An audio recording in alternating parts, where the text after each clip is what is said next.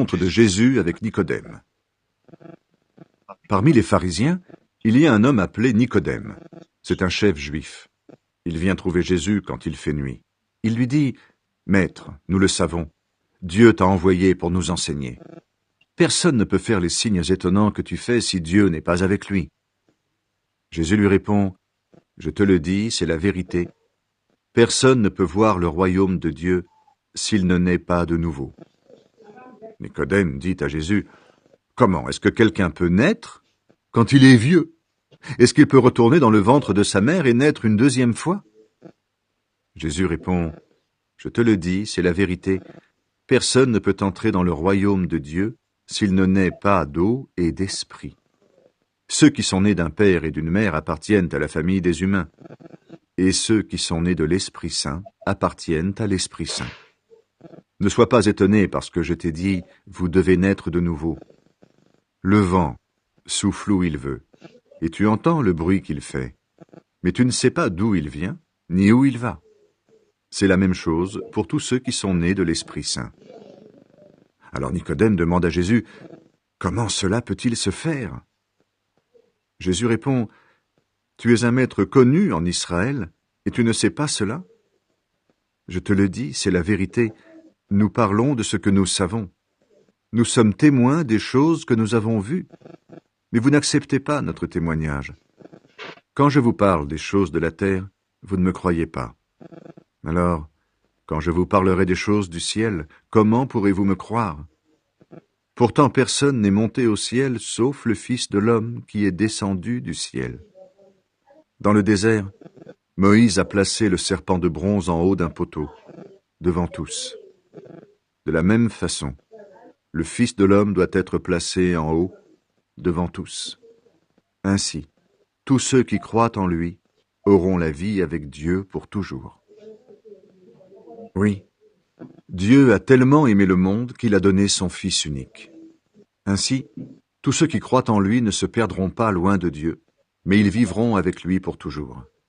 En effet, Dieu n'a pas envoyé son Fils dans le monde pour condamner le monde, mais il l'a envoyé pour qu'il sauve le monde. Celui qui croit au Fils n'est pas condamné, mais celui qui ne croit pas, celui-là est déjà condamné parce qu'il n'a pas cru au Fils unique de Dieu. Et voici comment on est condamné.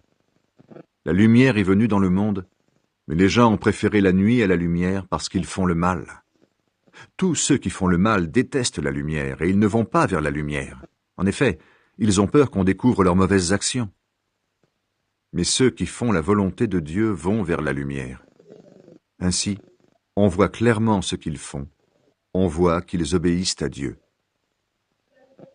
Jean-Baptiste et Jésus. Après cela, Jésus et ses disciples vont dans la région de Judée. Il reste là avec eux et il baptise. À Énon, près de Salim, Jean baptise lui aussi. En effet, il y a beaucoup d'eau à cet endroit. Les gens viennent vers lui et il les baptise. À ce moment-là, Jean n'a pas encore été mis en prison. Alors quelques disciples de Jean se mettent à discuter avec un autre juif. Ils parlent de la façon de se rendre pur selon la coutume. Ils viennent trouver Jean et lui disent « Maître, de l'autre côté du Jourdain, il y avait quelqu'un avec toi. Tu as donné ton témoignage sur lui.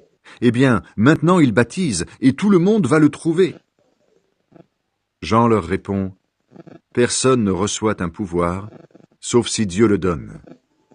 Vous-même, vous êtes témoin que j'ai dit, je ne suis pas le Messie, mais je suis celui qui a été envoyé devant lui. Celui qui a la mariée, c'est le marié. Mais l'ami du marié reste près de lui, il l'écoute, et il est tout joyeux d'entendre la voix du marié. Je suis donc dans la joie, et maintenant, ma joie est complète. Lui, Jésus, doit prendre de plus en plus de place, et moi de moins en moins. Celui qui vient d'en haut est au-dessus de tous. Celui qui vient de la terre appartient à la terre, et il parle des choses de la terre. Mais celui qui vient du ciel est au-dessus de tous. Il rend témoignage des choses qu'il a vues et entendues. Mais personne n'accepte son témoignage. Celui qui accepte son témoignage montre bien que Dieu dit la vérité. Celui que Dieu a envoyé dit les paroles de Dieu. En effet, Dieu lui donne l'Esprit Saint totalement. Le Père aime le Fils, et il a tout mis dans ses mains. Celui qui croit au Fils a la vie avec Dieu pour toujours. Celui qui refuse de croire au Fils ne verra pas cette vie, mais la colère de Dieu restera sur lui.